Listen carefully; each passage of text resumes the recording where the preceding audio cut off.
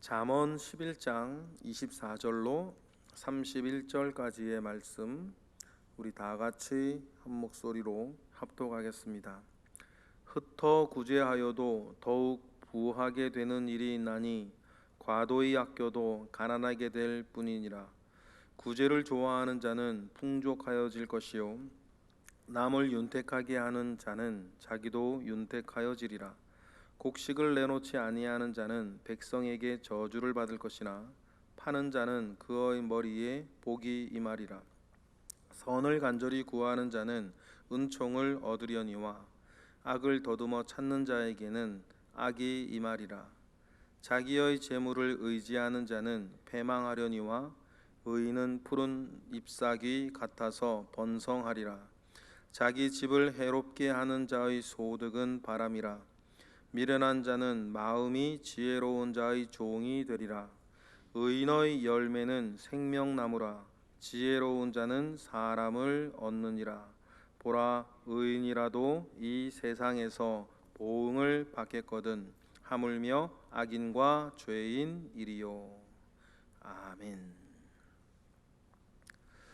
오늘도 우리 경제적인 생활, 경제와 생활에 대한 이야기, 잠언들이 이어지고 있는데 크게는 두 가지가 되겠습니다. 나누는 사람과 아끼려는 사람을 이렇게 대조하면서 심는 대로 거둘 것이다 라고 하는 우리 주님의 황금률과 같은 그 말씀을 우리가 읽었습니다. 여러분, 분명한 것은 심는 대로 거두는 것입니다. 육을 위하여 썩어질 것을 심고 거두는 사람이 분명히 있고 성령으로 인하여서 영생을 거두는 사람이 있는 것입니다. 모든 결과는 원인이 있기 마련이죠. 그러면 우리가 하나님 아버지 앞에서 우리가 좋은 결과 얻기 위해서는 좋은 원인들을 자꾸 만들어 가야 하는 것은 당연한 일입니다. 그러니 여러분, 심는 대로 거둔다 라고 하는 이 말씀, 주님의 황금률을 우리가 기억을 하고 그 일들 속에서 우리 경제적인 생활, 경제 활동에 대해서도 동일한 원리가 영적으로나 육적으로 적용된다는 것을 여러분 기억을 하며 오늘 본문을 볼 텐데, 물질을 나누어 주는 사람과 물질을 아끼는 사람의 그 우리 비교를 통해서 하나님께서 우리에게 오늘 주시는 지혜를 보기를 원합니다. 먼저 24절을 우리 읽어 보겠습니다. 흩어 구제하여도 더욱 부하게 되는 일이 있나니 과도히 아껴도 가난하게 될 뿐이니라. 이렇게 말씀을 하시죠. 우리가 분명히 살면서 아끼며 살아야 하는 건 분명합니다. 그런데 꼭 기억해야 될 것이 뭐냐면 아끼는 것은 아끼는 것 자체가 목적이 아닙니다. 아껴서 뭐 하겠냐는 것이죠. 아껴서 뭐 하겠냐는 것까지 가야 되는 것입니다. 그런데 아끼고 아껴서 그냥 자기 울타리에 두는 것이 목적이라고 한다면 하나님은 결코 기뻐하지 아니하신다. 아껴서 뭐 하겠냐는 것입니다. 여러분, 우리가 정말 많은 것들을 아끼며 살지만 아껴서 그 다음에 내가 하나님의 선한 일들을 하는 사람으로까지 가야지, 간혹 아끼는 것은 좋은데 아끼는 것으로 끝나는 사람들이 많이 있다는 거예요. 그러면 오늘 본문 말씀에도 흩어 구제하여도 부하게 되는 일이 있다. 그렇죠? 이거는 하나님의 어떤 인정과 하나님의 어떤 축복 속에서 일어나는 일이고, 흩어 구제하는 그 일을 통해서 여러분의 육적으로도 사람들의 마음을 얻어가는 것이 여러분 굉장히 또 우리 경제적인 활동 속에서도 중요한 일이라는 사실들을 여러분 우리는 기억을 하는 것입니다. 고등학교 때나 중학교 때 기업의 3요소 막 이래가지고 배울 때 이윤 창출 이런 얘기를 많이 듣고도 했었는데, 여러분 지금 우리 사회를 딱 보시면 기업이 이윤 창출을 앞에 내걸고 사업을 하면 기업의 기본적인 생리는 그렇다 하더라도 경영 철학 자체가 뭐 이윤을 남기는 것을 앞에 내걸고 만약에 기업 활동을 하면, 장사를 하면 여러분 망하는 것입니다. 막 그러면 망하는 거죠. 기업은 역시 돈을 벌고 수익을 남겨야 회사가 운영되는 것은 당연한 일이지만 앞에 내걸고 있는 경영 철학 자체가 그렇게 되어져 있으면 그 회사는 망해요. 소비자들로부터 외면을 받기 때문이죠. 그래서 세계적인 큰 기업들, 여러분 우리나라에서 그런 기업들을 보면 다 다른 얘기를 하는 것입니다. 가치 경영 이런 거 하는 거죠. 그렇게 해서 주변 사람들의 마음을 얻어가는 것이 먼저이고, 사람의 마음을 얻으면 경제적인 것은 따라온다는 것을 회사를 경영하는 사람들도 그렇게 합니다. 회사뿐이겠습니까? 개인적인 삶도 그런 부분들이 굉장히 많고, 또 우리가 잠언서 안에서는 그것이 하나님께서 원하신다는 거예요. 과도히 아껴도 가난하게 될 것이다 하는 거죠.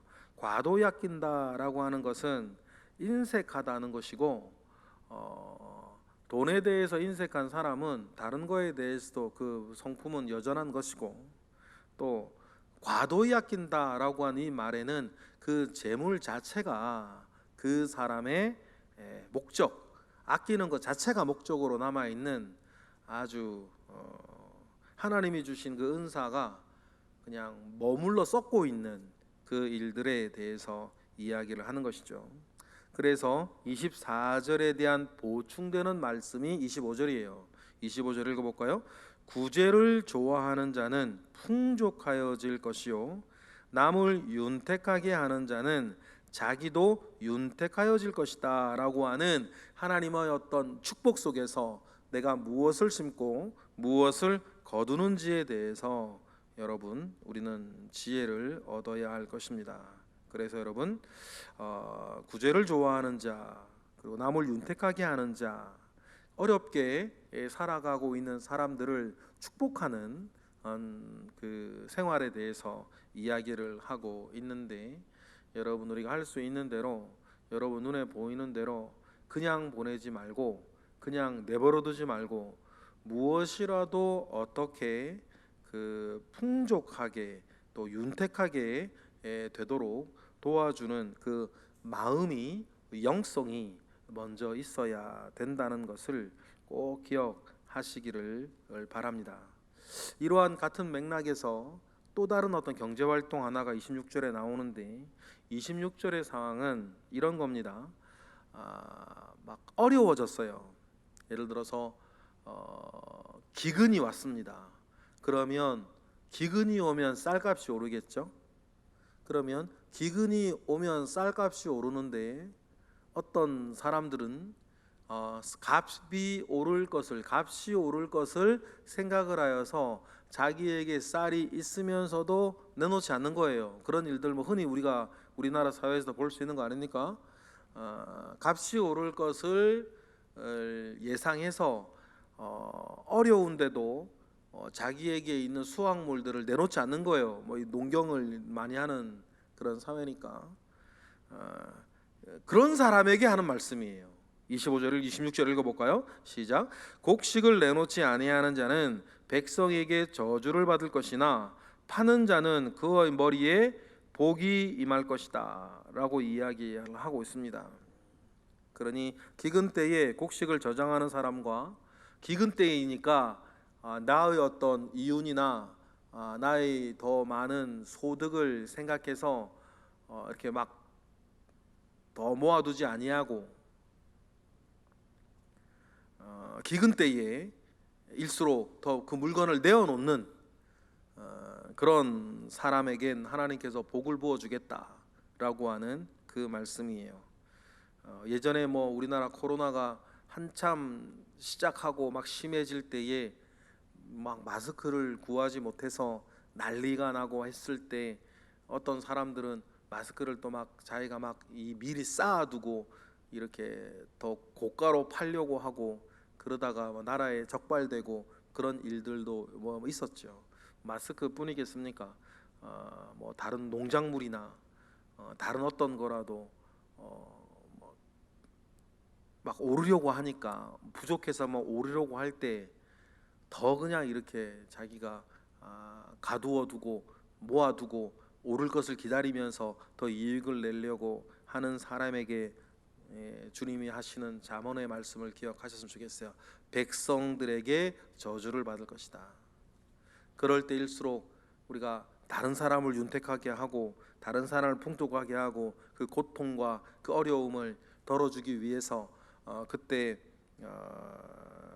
이렇게 내어놓는 사람들, 그런 사람들에겐 복을 하나님께서 내릴 것이다 라고 한 이 말씀을 우리가 기억하고 이것이 더 큰 일이고 더 좋은 일이고 더 복받는 일이라는 것을 우리는 기억해야 될 것입니다. 그 대표적인 사람이 요셉 아니겠습니까? 7년 풍년과 7년 흉년이 예정되어져 있을 때에 많을 때는 모아뒀다가 기근이 찾아왔을 때엔 그것을 푸는 거죠.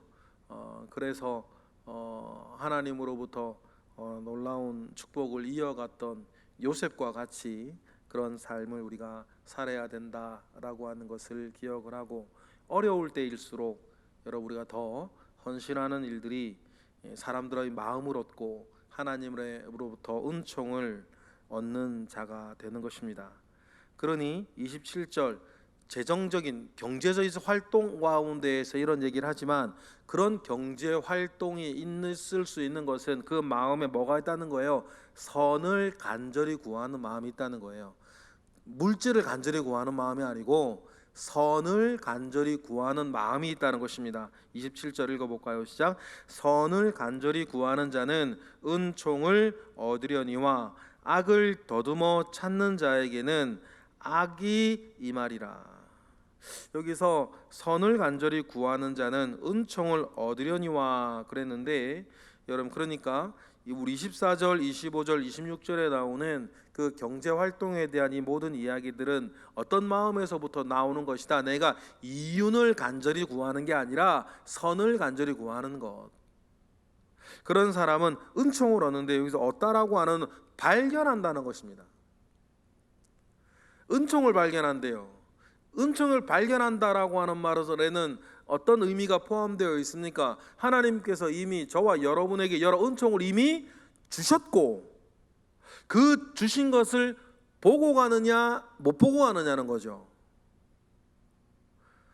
여러분 하나님께서 이미 저와 여러분에게 살아갈 수 있는 그 수많은 은혜와 은총, 축복을 이미 주셨음을 믿습니다. 중요한 건 뭡니까? 내가 그것을 은혜를 은혜로 알아보고 은총을 은총으로 알아보고 발견하여 내 것으로 누리며 살아가는 그것이 중요한 것이죠. 그런데 반면에 악을 더듬는 자래요. 자기 욕망에 사로잡혀서 막 더듬으며 찾아다니는 거죠. 뭐가 뭔지 알지 못한 채 자기 눈에 당장에 보이는 이런 일들 속에 나한테 뭐가 이익이냐 뭐 이런 생각 속에 더듬어 찾아가는 사람에게는 악이 임할 뿐인데 재물에 대해서 여러분 우리가 그 다음 절에 나오는 이 악의 내용이 재물을 의지하는 그런 사람이다라는 것을 다시 부연 설명해 주십니다. 28절로 읽어보겠습니다. 자기의 재물을 의지하는 자는 패망하려니와 의인은 푸른 잎사귀 같아서 번성하리라. 그래서 내 힘으로 사는 것이 아니라 주님이 나에게 주시는 은혜로 사라지는 삶을 저와 여러분이 살기를 바랍니다. 우리가 그래서 과도히 아끼는 것에서부터 시작해서 28절까지 우리가 올 때에 우리가 정말 재물을 의지하지 아니하고 재물을 의지하니까 재물을 더 많이 가져야 되고 더 많이 가지기 위한 방법을 찾아야 되고 그러면 다른 이의 고통 위에 서서라도 재물을 모아야 되니 여러분 그 사람은 결국 어떻게 된다? 패망하게 된다. 작은 것을 탐하다가 큰 것을 잃어버리게 될 것이다. 하나님께서 이렇게 말씀하시는데, 그런데 선을 간절히 구하며 내게 중요한 것은 돈이 아니고 나에게 중요한 것은 다른 것이 아니라 내가 하나님 아버지 앞에서 어떻게 선한 삶을 살 것이냐, 믿는 이로서 내가 어떻게 선한 삶을 살 것이냐를 그렇게 고민하며 살아가는 사람은 뭐 같다? 푸른 잎사귀. 푸른 잎사귀는 여러분 시편에 나오는 것처럼 시절을 따라 과실을 맺는, 정말 시냇가에 심기어져 있어서 걱정하지 아니하고, 가뭄이 오나 바람이 부나 걱정하지 아니하고 시절을 쫓아 과실을 늘 맺고 번성하는 자가 될 것이다 라고 하는 그 지혜를 우리에게 주시는 거죠. 그러면 여러분, 우리가 하나님의 말씀을 이렇게 읽었을 때에 중요한 건 무엇이겠습니까? 읽는 것, 이해하는 것이 중요한 게 아니고 나의 삶 가운데 열매 맺게 하는 게 중요해요. 아는 것이 중요한 게 아니고 사는 것이 중요하니까. 여러분, 아는 것이 우리의 목적이 아니지 않습니까? 우리가 뭐 학교 다니는 것도 아니고 지금 아는 것이 목적이 아니고 이러한 말씀을 붙잡고 사는 것이 중요하다라고 하는 것을 우리는 기억을 합니다. 왜 그러냐면 29절부터 31절의 말씀은 그거예요. 심은 대로 거두게 될 것이다. 심은 대로 거두게 될 것이다 라고 하는 거죠. 그러면 정말 우리에게 복이 되도록 심는 일, 29절에 소득은 바람이다 라고 하니 말해요. 원래 그냥 정확한 어떤 문자적인 번역은 바람을 상속하게 될 것이다, 뭐 상속해 줄 게 없어서 바람을 상속하게 해주게 될 것이다, 그런 말이에요. 그럼 29절 읽어볼까요? 자기의 집을 해롭게 하는 자의 소득은 바람이라, 미련한 자는 마음이 지혜로운 자의 종이 되리라. 30절 의인의 열매는 생명나무라, 지혜로운 자는 사람을 얻느니라. 31절 보라, 의인이라도 이 세상에서 보응을 받겠거든 하물며 악인과 죄인이리요 라고 하면서, 결국 오늘 본문에서만 생각을 해도 24절부터 28절까지 하나님 아버지 앞에 선을 찾고 선을 심어 나아가는 사람과 그렇지 못한 사람의 맨 마지막의 결과를 이렇게 알려주시는 것입니다.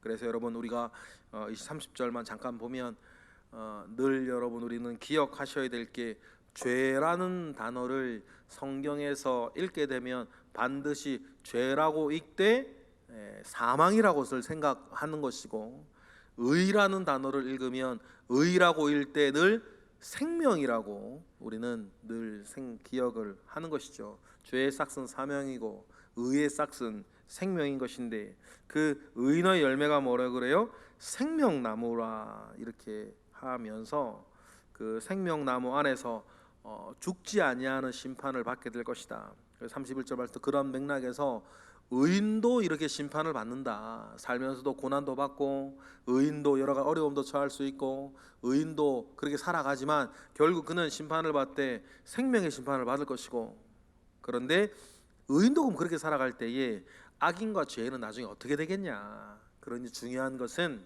하나님 아버지 앞에 우리가 양선하며 사는 것. 양선이 뭡니까? 성령의 열매 가운데 양선은 늘 선을 추구하며 살아가는 것이에요. 여러분, 어렵지 않습니다. 어렵지 않아요.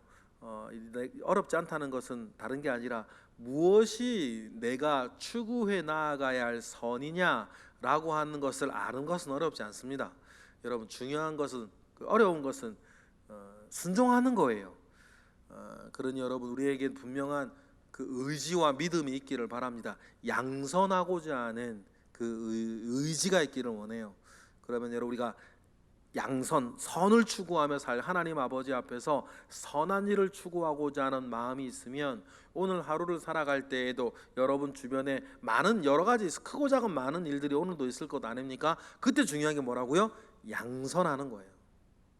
양선하겠다라고 하는 마음 가운데 살면 오늘 우리가 읽은 잠언서의 말씀 가운데에서도 하나님께서 그러한 것들을 심어 나아가는 사람에게는 또한 그에 합당한 열매를 거두게 될 것이다라고 하는 주님의 이 황금률 가운데에 서서 오늘도 사시고 이번 주도 사시고 이번 달도 사시고 올해도 사시고 평생을 그렇게 살아갔을 때 여러분 우리의 이 짧은 인생을 통해서 하나님께서 어떤 것을 거두게 하실지 여러분 직접 눈으로 보는 일들이 그 놀라운 축복들이 있기를 주님의 이름으로 축복합니다. 네, 기도하겠습니다. 할렐루야. 하나님, 크신 은혜 가운데에 우리가 살고 있습니다. 하나님께서 오늘 우리에게 알려주신 살아가는 지혜를 우리가 기억하오니 이 살아가는 지혜 안에서 온전함을 덧입으며 우리가 살게 하시고 온전함을 덧입기 위해서 알게 된 말씀 가운데에 순종하며 살아가는 일이 있도록 주여 도와 주시옵소서. 주님의 크신 은혜가 늘 우리 가운데 있어서 우리가 늘 하나님의 말씀을 읽고 심고 또한 거두는 일이 우리의 삶에 늘 일어날 수 있도록 주여 붙들어 주시옵소서. 이 시간 드려지는 1000번째 예물이 있습니다. 이 예물들 가운데에 주님 함께 하시고 주를 향해 가지고 있는 이 마음의 소원 주님 들으시고 큰 열매로 열매 맺게 하여 주옵소서. 예수 그리스도 이름으로 기도드렸나이다. 아멘.